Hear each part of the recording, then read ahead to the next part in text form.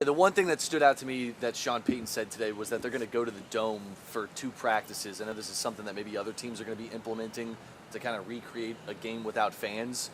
What do you think about that? I think this year is going to be very different and odd for everybody, and going in there and getting used to being in this huge cavernous building that's just going to feel extremely empty, and that's going to be a shock for everybody the first time they walk in there. So if you can normalize that a little bit and get used to playing in this space that's going to echo and just everything's going to sound different and feel different and be different, I think you got to do that. So just to simulate that game-like atmosphere is going to be important on that front. And then just on the other end, they're going to have to find a way to create intensity that they're not going to get from preseason games. And players need to get used to being hit. So doing that where you're going to actually be playing the games kind of kills 2 birds with 1 stone. This question is probably impossible to answer right now, but when I watch like NBA games, for example, right now, when I'm watching the broadcast, like it feels a lot like a normal game. When I'm watching a playoff game, I mean, I know there's not fans, but it seems like they've done a really good job trying to kind of recreate the atmosphere. I don't know if you can do that necessarily for an NFL game, but do you think they could have the potential to make it feel as normal as possible with crowd noise, and maybe they even add noise to the broadcast, I guess, as well? What would your thoughts be on that? I think the one thing the NBA did well is that they recreated their whole atmosphere. I mean, they aren't playing in the same stadium, so you can make it feel smaller and it's more cozy, and it doesn't look as shocking on the broadcast because you're able to hide some of the fan seating in that. I don't know if you're going to be able to do that in the NFL. They're going to try. The Saints are going to play all their sound effects, and they're going to have their PA announcer going, and they're going to try to create that home feeling as much as they can by playing, the local New Orleans hip-hop music and all that stuff. But without the fans, it's just going to be different. And Sean Payton did allude to the idea of pumping in some crowd noise, and I think you do have to do that to some degree, just so that it's just not so loud on the field. And in a natural environment, not everybody's able to talk to each other. Your safety can't always talk to your defensive lineman, and you got to do some things to make sure that you aren't creating advantages that didn't exist before. Do you think from an NFL standpoint, from the fans' perspective, it's going to be a week by week we're going to see if there could be fans in the stands, or you think there could be a point, and again, this is maybe just a tough question to answer, but at some point they might just say no fans for the rest of the season, or do you think the Saints might take it on a game-by-game basis? It's a state-by-state thing and then a game-by-game thing. And the one thing the Saints said, they didn't want to cancel everything right away. They wanted to wait and see how things are going within the state. And if the numbers drop, they want to have fans back in the stadium. They don't want to keep everybody out. But with schools reopening, there's going to be some different things that happen. Nobody knows how that's going to affect the cases. So they're taking it slow and just going by the advice of their medical directors. They're talking to the mayor, the governor, and it's a group decision. And at the end of the day, you got to keep everybody safe, and they need to make sure that they're taking care of their players, and then they're not doing something that's going to be reckless for the state as a whole. So, it's not about necessarily how it affects individuals. It's just the fact that does it exist and is it safe to bring it in, and if it's spreading still, they got to dial back and make sure they're being careful and they're being smart. A couple of practice thoughts. Taysom Hill not at practice. I know his wife's pretty soon to having a child. I mean, Sean Payton didn't announce that today, but it seems like that could be an excused absence, but you don't feel like it's anything to worry about, I guess, no matter what? Yeah, it kind of felt like Sean Payton was saying, but he wasn't saying. Yeah, so, they don't like to talk about injuries a whole lot, but I think he was smart enough to recognize that, Taysom's a huge name, and there's no reason to panic, make sure people aren't panicking. So he said nothing to worry about. I'm going to take him at his word on that one. Without him out there, we saw more of Jameis Winston today. He handled the whole second-team offense. And, it was a little bit shaky for him. There was one period where he was 1 for 5. He threw an interception. But overall, I mean, every day we've kind of seen the defense running ahead of the offense. And, it was tough for him to get his reads and find things going. And Patrick Robinson kind of came back from out of nowhere and made a bunch of plays. So it was a tough day for the second-team offense. The first-team offense, I think, looked a little bit better. Breeze was able to get his passes out. He wasn't under pressure every play. So that group kind of got things clicking a little bit, but they still have a ways to go before it coalesces.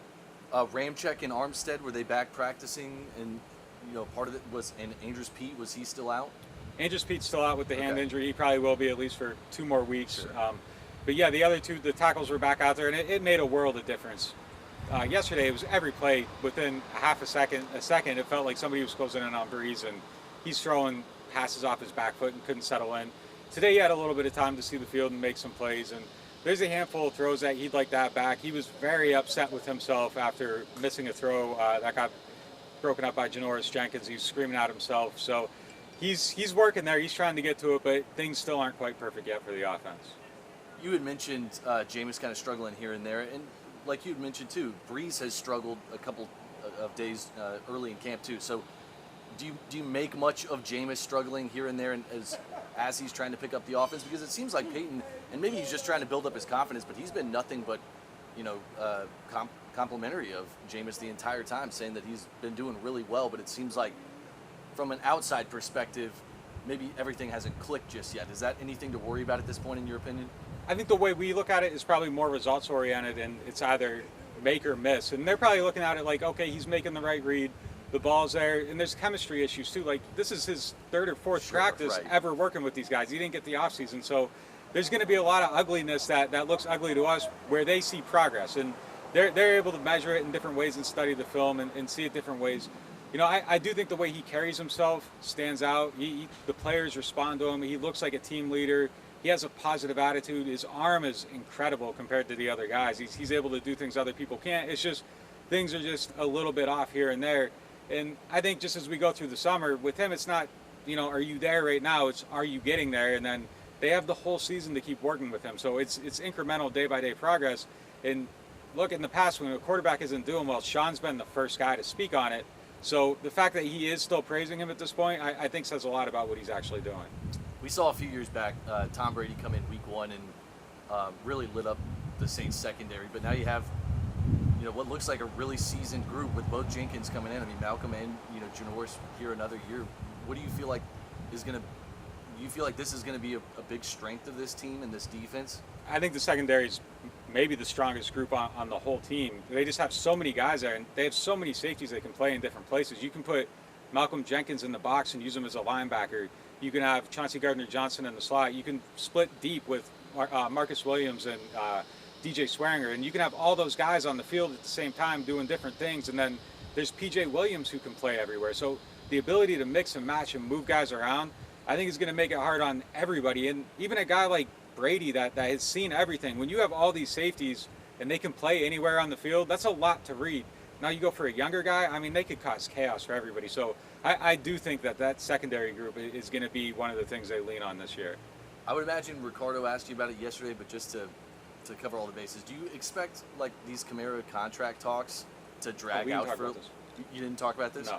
Do you expect these contract talks to go into the season potentially, or do you think that, it sounds like they had a lot of conviction even in the early talks, but they might not have been at the same price point. Do you feel like it could happen quickly, or do you expect it to drag out? Well, they've started talking. They aren't close right now. I think that it's in the very beginning stages, and these things can come together quickly. But right now, just to put things in perspective, like the number one battleground right now is figuring out which way to interpret Christian McCaffrey's contract, because this is getting very technical, but he never exercised his fifth-year option, and then he got a 4-year extension. But the way the contract is, the fifth-year option's basically in place, and then there's the 4-year extension on top of it.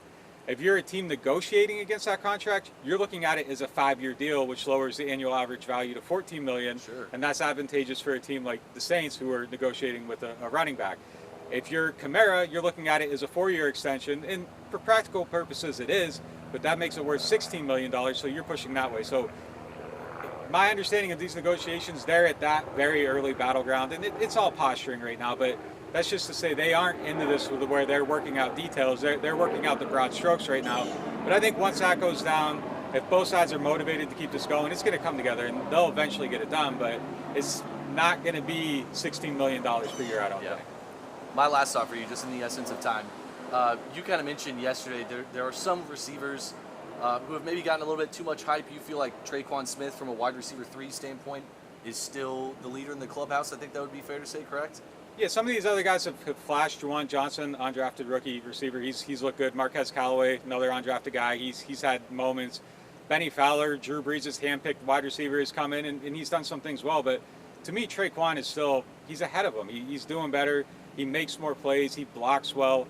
These other guys could close the gap, but I think right now, if you're looking at it honestly, he's still ahead of them, and they got a lot of work to do. So we love to talk about all these other guys, but in a true perspective, if you're making a depth chart today that has to hold until December, no question Traquan's still the number 3 guy, but these other guys do have time to close the gap. They just aren't there yet, despite all the hype around them. And just spinning off that really quickly, I mean, how much does blocking in that role have to do with even more than maybe what you bring from a pass catching standpoint? It's huge. I mean, they'll keep a guy just because he can block well. Kershawn Hogan was on the team last year just because he could block well. So if you can't block, they have enough guys that can catch passes. They need somebody that can do a little bit of both, and Traquan's a guy that can do that.